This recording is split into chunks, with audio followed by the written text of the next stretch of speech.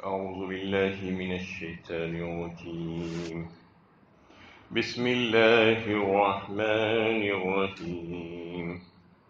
ألم يأتهم نبأ الذين من قبلهم قوم نوح وعاد وثمود وقوم إبراهيم وأصحاب مدين والمؤتفكات أتتهم رسلهم بالبينات فما كان الله ليظلمهم ولكن كانوا أنفسهم يظلمون. کیا انہیں ان لوگوں کی خبر نہیں پہنچی جو ان سے پہلے گزر چکے ہیں؟ نوح، عاد اور سمود کی قومیں، ابراہیم کی قوم، اہل مدین اور وہ بستیاں جو الٹ دی گئی، اور ان کے رسول ان کے پاس کھلی نشانیاں لے کر آئے تھے. پھر ایسا نہیں ہوا کہ اللہ نے ان پر ظلم کیا ہو، بلکہ وہ خود اپنے اوپر ظلم کرتے رہے. یہ سورہ توبہ کی 70 نمبر کی آیت ہے. اس سے گزشتہ درس میں 69 نمبر کی آیت تک کی بات آپ کے سامنے پیش کی جا چکی ہے، جس میں منافقین کا حال اللہ تعالیٰ نے بیان فرمایا کہ منافقین کی جو مذموم صفات تھی اس کا تذکرہ فرمایا گیا تھا ان آیتوں میں، اور بتایا گیا تھا کہ منافقین مرد ہو یا عورت وہ ایک دوسرے کے ساتھی ہیں اور وہ ایک ہی چٹے بٹے ہیں. ان سے مومنین کا کیا تعلق؟ مومن تو بالکل ان سے الگ لوگ ہیں. منافقین کا حال یہ ہے کہ یأمرون بالمنکر وینہون عن المعروف. سب سے پہلا جو ان کی مذموم صفت اللہ تعالیٰ نے جس کا اظہار فرمایا تاکہ لوگوں کو معلوم ہو جائے کہ وہ لوگ تو منکر کی تعلیم دیتے ہیں، اس کو فروغ دینا چاہتے ہیں، جو برائی اور گناہ کے کام ہیں اس کو آگے بڑھاتے ہیں، اور جو معروف اور اچھے اور نیک کام ہیں اس سے لوگوں کو روکتے ہیں. یہ سب سے خراب صفت ان کی یہاں پر بیان فرمائی گئی. وَيَغْبِزُونَ أَيْدِيَهُمْ فرمایا اس کے بعد، اور وہ ہاتھ کو اپنے بندے رکھتے ہیں. مطلب یہ ہے کہ بخل اتنا زیادہ کہ مال سے اتنی اور شدید محبت کہ وہ اللہ تعالیٰ نے ان کے اوپر جو حقوق واجبہ عائد کیے ہیں ان حقوق کو بھی وہ ادا کرنے سے جو ہے باز رہتے ہیں، ادا کرنا نہیں چاہتے، جہاد میں شریک ہونا نہیں چاہتے، ہر کام کو بڑی کسل مندی کے ساتھ جو ہے کرتے ہیں، صرف دکھاوے کے لیے، ریاکاری کے لیے. تو یہ ان کی صفت اللہ تعالیٰ نے ان کے اوصاف بیان فرما کر اس بات کا اظہار فرمایا کہ یہ ایسے صفات والے ہوں گے، یہ بدبخت. ایسے لوگ یہاں کہیں پر نظر آئیں ہم کو یہ پتہ چل سکتا ہے کہ یہ واقعی ان کا حال کیا ہے، لیکن چونکہ ان کے بارے میں بولنا نہیں ہے کسی کو، اس لیے کہ اللہ تعالیٰ خود فیصلہ فرمائیں گے بروز قیامت کہ کون منافق ہے اور کون مخلص ہے. لیکن ان کی حالات جو ہے بتا دیتے ہیں کہ وہ کیا کام کر رہے ہیں. اور پھر فرما دیا گیا کہ ان کا ٹھکانہ تو جہنم ہے. اللہ تعالیٰ نے ان سے وعدہ فرمایا کہ وعد اللہ المنافقین والمنافقات والکفار النار جہنم خالدین فیہا، ہمیشہ ہمیشہ اس میں وہ رہیں گے، اور لعنت ہے اللہ تعالیٰ کی، ولعنہم اللہ ولہم عذاب مقیم. پھر کہا گیا کہ کالذین من قبلکم کانوا اشد منکم قوۃ واکثر اموالا واولادا. تمہارا حال بھی وہی ہے. یعنی یہاں پر جو مکے والوں سے خطاب ہے ان سے کہا جا رہا ہے کہ اس سے پہلے جو قومیں گزر چکی ہیں وہ تم سے زیادہ بہت یعنی قوت اور طاقت میں زیادہ تھی. اشد منکم قوۃ واکثر اموالا واولادا، اور بہت ہم نے ان کو مال اور اولاد سے نوازا تھا.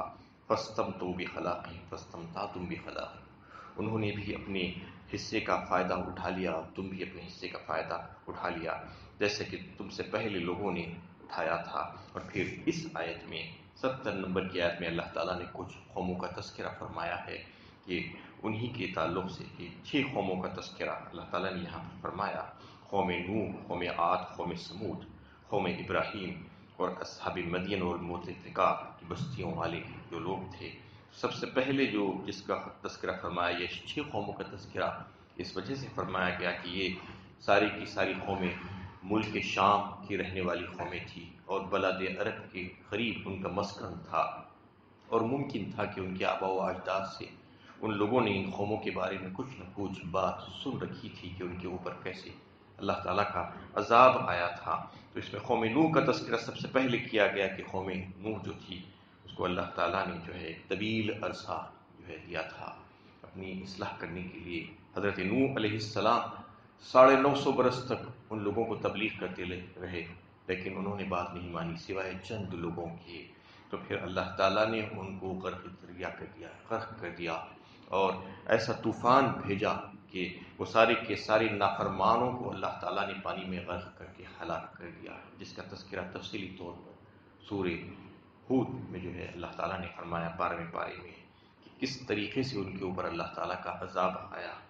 اس کے بعد قوم عاد کا تذکرہ فرمایا جا رہا ہے کہ قوم عاد وہ بڑی قوت والی تنومند قوم تھی، ایسی زبردست قوم کہ جیسی قوم کو اللہ تعالیٰ نے دنیا میں پیدا نہیں فرمایا، جس کا تذکرہ خود اللہ تعالیٰ نے سورہ فجر میں فرمایا کہ ارم ذات العماد التی لم یخلق مثلها فی البلاد، فرمایا یعنی ارم جو تھا اس کی شاخیں تھی یہ، اور ان کو جو ہے ستونوں والے کہا گیا تھا اس لیے کہ وہ اتنے لمبے چوڑے اور تنومند تھے کہ ستونوں سے تعبیر کی گئی ان کی۔ اور فرمایا کہ ان جیسی قوموں کو اللہ تعالیٰ نے شہروں میں پیدا نہیں فرمایا، اس وجہ سے ان کو گھمنڈ ہو گیا تھا، تکبر ہو گیا تھا، اور جو ہے وہ خود یہ کہتے پھرتے تھے کہ ہم جیسا کوئی ہے کہ ہم کو کوئی یعنی للکار سکے، وہ یہ کہتے تھے۔ ان کا حال یہ تھا کہ ہم جیسے طاقتور کوئی نہیں ہے، اور اس وجہ سے جو ہے ان کو غرور اور جو ہے یعنی اپنے آپ کو بڑا سمجھنے کی بیماری ہو گئی تھی۔ اللہ تعالیٰ نے ان کو تباہ و برباد کر دیا۔ سورہ حاقہ میں بھی فرمایا اور دیگر صورتوں میں بھی جو ہے ان کا تذکرہ فرمایا۔ سورہ اعراف میں بھی آیا جو ہے ان کا تذکرہ کہ کیسے اس طریقے سے اللہ تعالیٰ نے ان کے اوپر تیز و تند ہوا کو بھیجا۔ اور پھر وَأَمَّا عَادٌ فَاسْتَكْبَرُوا فِي الْأَرْضِ بِغَيْرِ الْحَقِّ وَقَالُوا مَنْ أَشَدُّ مِنَّا قُوَّةً، کہا تھا انہوں نے کہ ہم سے زیادہ طاقتور کون ہے۔ وَأَمَّا عَادٌ فِي الْأَرْضِ فِي رِيحٍ صَرْصَرٍ عَاتِيَةٍ سَخَّرَهَا عَلَيْهِمْ 7 لَيَالٍ وَ8 أَيَّامٍ حُسُومًا، فرمایا سورہ حاقہ میں۔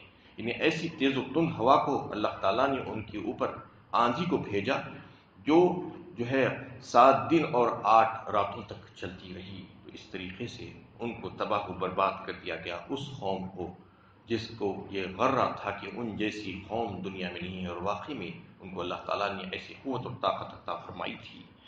قوم سمود کا تذکرہ فرمایا، یہ انہی کی شاخ تھی۔ ارم جس کا تذکرہ کیا گیا، ایک دادا کی اولاد میں سے یہ بھی تھی قوم سمود۔ قوم عاد کے بعد آنے والی قوم، اس کو بھی اللہ تعالیٰ نے ایک زوردار چیخ کے ذریعے سے، آسمانی چیخ سے ہلاک کر دیا۔ بس ایک آواز کے آنا تھا کہ وہ سب کے سب بجھ کر رہ گئے۔ قوم ابراہیم علیہ السلام کی قوم وہ بت پرست قوم تھی، جس کا تذکرہ اللہ تعالیٰ نے سورہ صافات میں بھی کیا اور سورہ انبیاء میں بھی فرمایا، اور فرمایا کہ فَجَعَلْنَاهُمُ الْأَخْسَرِينَ، ہم نے انہیں بری طرح تباہ کر دیا۔ فَجَعَلْنَاهُمُ الْأَسْفَلِينَ، فرمایا سورہ صافات میں کہ ہم نے ان کو پست اور ذلیل کر دیا کہ انہوں نے بت پرستی سے، جبکہ ابراہیم علیہ السلام نے ان کو منع کیا لیکن وہ نہیں مانے اور اپنا وہ کام جاری رکھا، تو اللہ تعالیٰ نے ان کو ہلاک و برباد کیا۔ قوم ابراہیم کے بعد اصحاب مدین کا تذکرہ آیا ہے، یہ قوم شعیب ہے، شعیب علیہ السلام کی قوم کا تذکرہ جو ہے، جس کے اوپر اللہ تعالیٰ نے 3 قسم کے عذاب بھیجے، جس کا تذکرہ مختلف صورتوں میں ملتا ہے۔ ایک تو وہ چیخ آسمان سے آئی اور زلزلہ آیا، اور پھر ان کے اوپر سائبان والا عذاب، ایک بادل جو سایہ کیے ہوئے تھا، تو وہ لوگ یہ سمجھ رہے تھے کہ اس سے بارش برسے گی اور ان کے اوپر راحت آ جائے گی، جو گرمی ہو گرمی ختم ہو جائے گی، لیکن اللہ تعالیٰ نے اس پہ سے آگ برسائی ان کے اوپر، تو وہ عذاب کی شکلیں تھیں مختلف ان کے اوپر جو آئی۔ اور مؤتفقات فرمایا، وہ الٹی ہوئی بستیاں، کون سی بستیاں؟ قوم عمورہ کی بستیاں، قوم لوط جسے کہا جاتا ہے۔ قوم لوط کو جو ہے لوط علیہ السلام کو جس قوم کی طرف بھیجا گیا تھا، وہ قوم کا تذکرہ اللہ تعالیٰ یہاں پر فرما رہے ہیں کہ ان کے اوپر بھی جو ہے ایسا عذاب آیا جس کا تذکرہ مختلف جو ہے صورتوں میں اللہ تعالیٰ نے فرمایا۔ سورہ ہود میں بھی جو ہے اس کا تذکرہ تفصیل کے ساتھ آیا ہے کہ فَجَعَلْنَاهُمْ أَسْفَلَهَا سَافِلًا، الٹا کر دیا نیچے کا اوپر اور اوپر کا نیچے کر دیا۔ وَأَمْطَرْنَا عَلَيْهِمْ حِجَارَةً مِّن سِجِّيلٍ مَّنضُودٍ، فرمایا اور ان کے اوپر پتھر برسائے کہ مٹی کے پتھر جو تھے وہ نشان زدہ، نشان لگے ہوئے پتھر تھے. اس طریقے سے اس قوم کو بھی اللہ تعالیٰ نے ہلاک کیا اور ختم کیا. یہ قوموں کا تذکرہ فرمان کے بعد کہا جا رہا ہے کہ اتتہم رسلہم بالبینات، ایسا نہیں ہوا کہ ان کے پاس اللہ تعالیٰ نے ہادی نہیں بھیجے تھے، بلکہ کل قوم ہاد فرمایا. ایک مقام پر اللہ تعالیٰ نے ہر قوم کے لیے اللہ تعالیٰ نے ہدایت دینے والے رسول بھیجے، ان کو اپنے پاس سے کھلی نشانیاں دے کر بھیجا گیا تھا، معجزات لے کر آئے تھے وہ قوموں کے پاس. انہی کی قوموں میں سے جو ہے ایک فرد ہوا کرتے تھے وہ نبی. اللہ تعالیٰ نے یہ چنندہ لوگ ان کو اللہ تعالیٰ نے بھیجا، ایسا ان کے سارے لوگوں کے پاس بھیجا گیا، لیکن ان قوموں نے بات نہیں مانی اور کان نہیں دھرا، نبیوں کی بات نہیں سنی، ان کو جھٹلا دیا. تو پھر اللہ تعالیٰ کا عذاب ان کے اوپر آیا. فما کان اللہ لیظلمہم ولکن کان انفسہم یظلمون فرمایا. یعنی یہ جو عذاب آیا، یہ جو ہلاکتیں ہوئی ہیں، ایسا نہیں ہوا کہ اللہ تعالیٰ نے ان پر ظلم کیا ہو، بلکہ وہ خود اپنے اوپر ظلم کرتے رہے ہیں. مطلب یہ ہے کہ ظلم کرنے والا جو ظالم ہوتا ہے وہ یہ سمجھتا ہے کہ میں کسی کو ستا رہا ہوں، تکلیف دے رہا ہوں اور منمانی کر رہا ہوں، اور جو ہے وہ دوسروں کو تکلیف پہنچا رہا ہے سمجھتا ہے. لیکن اس کو یہ بات سمجھ لینا چاہیے کہ یہ تو وقتی اور عارضی ہے. وہ خود اپنے آپ کو تکلیف پہنچا رہا ہے اور اپنے جسم کو اس طریقے سے تیار کر رہا ہے کہ اللہ تعالیٰ کے عذاب میں گھر جائے وہ، اور پھر آخرت میں تو عذاب آنے والا ہی ہے اس کے اوپر. جو ظلم و زیادتی کرے گا، بے انصافی کرے گا، لوگوں کے حق مارے گا، لوگوں کو تکلیف پہنچائے گا، تو پھر بات نہیں سنے گا، حق کو جھٹلائے گا، تو پھر وہ ظلم اپنی ذات پر کر رہا ہے. یہ سمجھ لینا چاہیے، کوئی دوسروں پر نہیں کر رہا ہے. اللہ تعالیٰ نے یہی بات فرمائی کہ وہ لوگوں نے بھی ایسا ہی کیا تھا کہ بات جب نہیں مانی، حق سامنے آ جانے کے بعد تکبر کیا اور یہ سمجھتے رہے کہ ہم جیسے چاہے کر سکتے ہیں. لیکن اللہ تعالیٰ کا فرمان ہے کہ تم اپنے اوپر ظلم کر رہے تھے، ہم نے تمہارے اوپر ظلم نہیں کیا، بلکہ تم خود جو ہے ظالم تھے. والمؤمنون والمؤمنات بعضهم أولياء بعض يأمرون بالمعروف وينهون عن المنكر ويقيمون الصلاة ويؤتون الزكاة ويطيعون الله ورسوله أولئك سيرحمهم الله إن الله عزيز حكيم.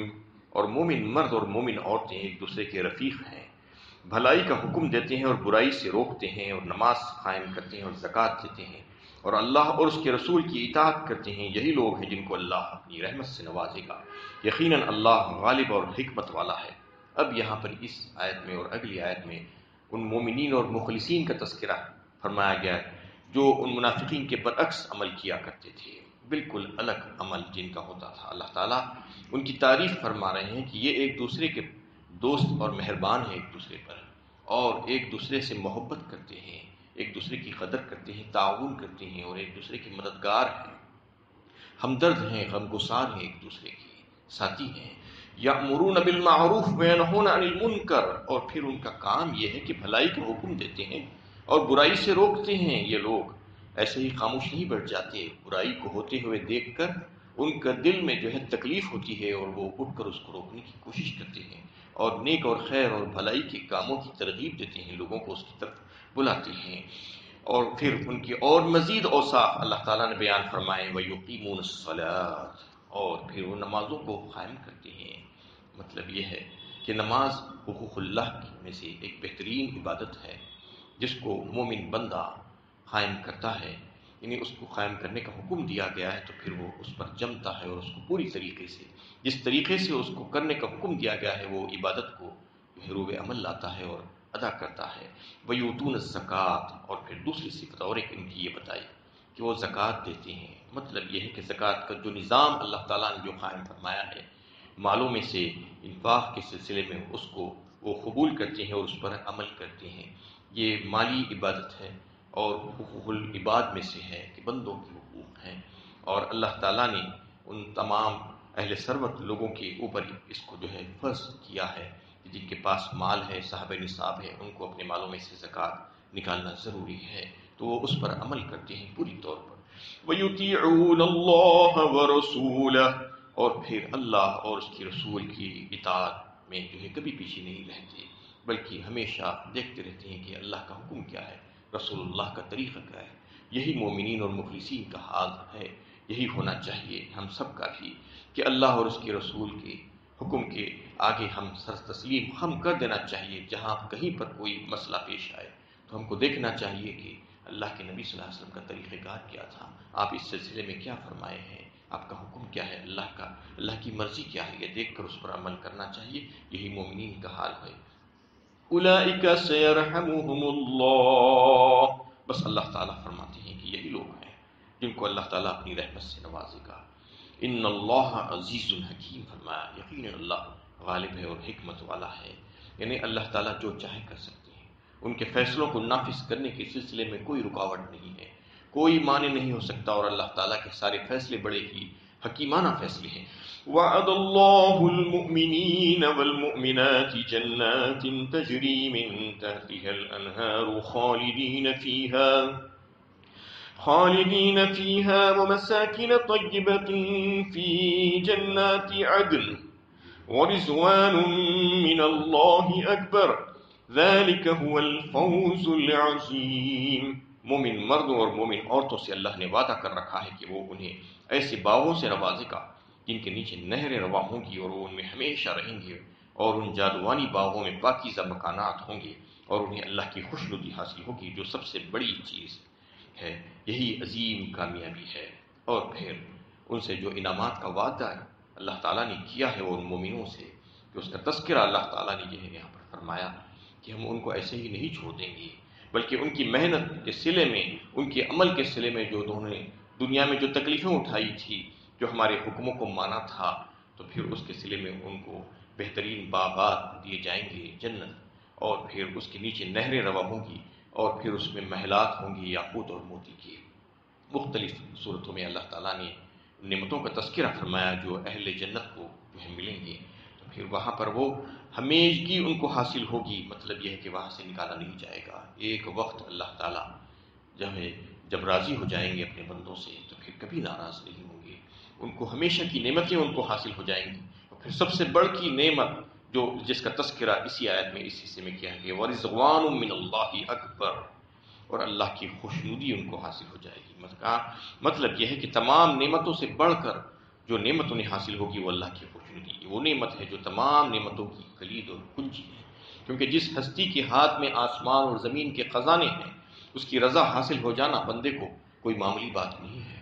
یہی تو اصل انسان کا مقصد حیات ہے، یہی ہونا چاہیے ایک مسلمان کا آخری مقصد، کہ اپنے رب، اپنے مولا کو راضی کر لے اس دنیا میں رہتے ہوئے، اور ایسے عمل کرے کہ وہ راضی ہو جائے، اس کی خوشنودی حاصل ہو جائے، تو پھر بس کیا کہنا ہے۔ وہ رب، وہ مالک، زمین و آسمان کے خزانوں کا مالک، جو اس بندے کو نعمتوں سے مالا مال کر دے گا، یہ لازمی بات ہے۔